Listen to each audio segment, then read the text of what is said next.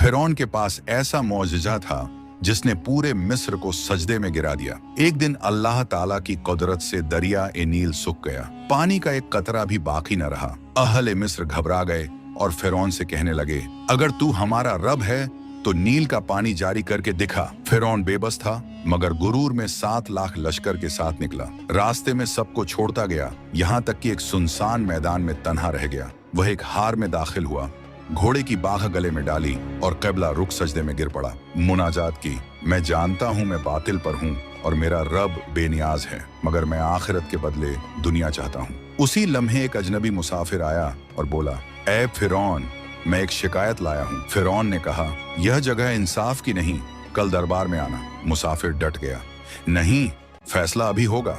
गुफ्तगू जारी थी कि अचानक नील का सूखा दामन बहने लगा। फिरौन खुशी से झूम उठा। मुसाफिर ने सवाल किया, जो अल्लाह की नाफरमानी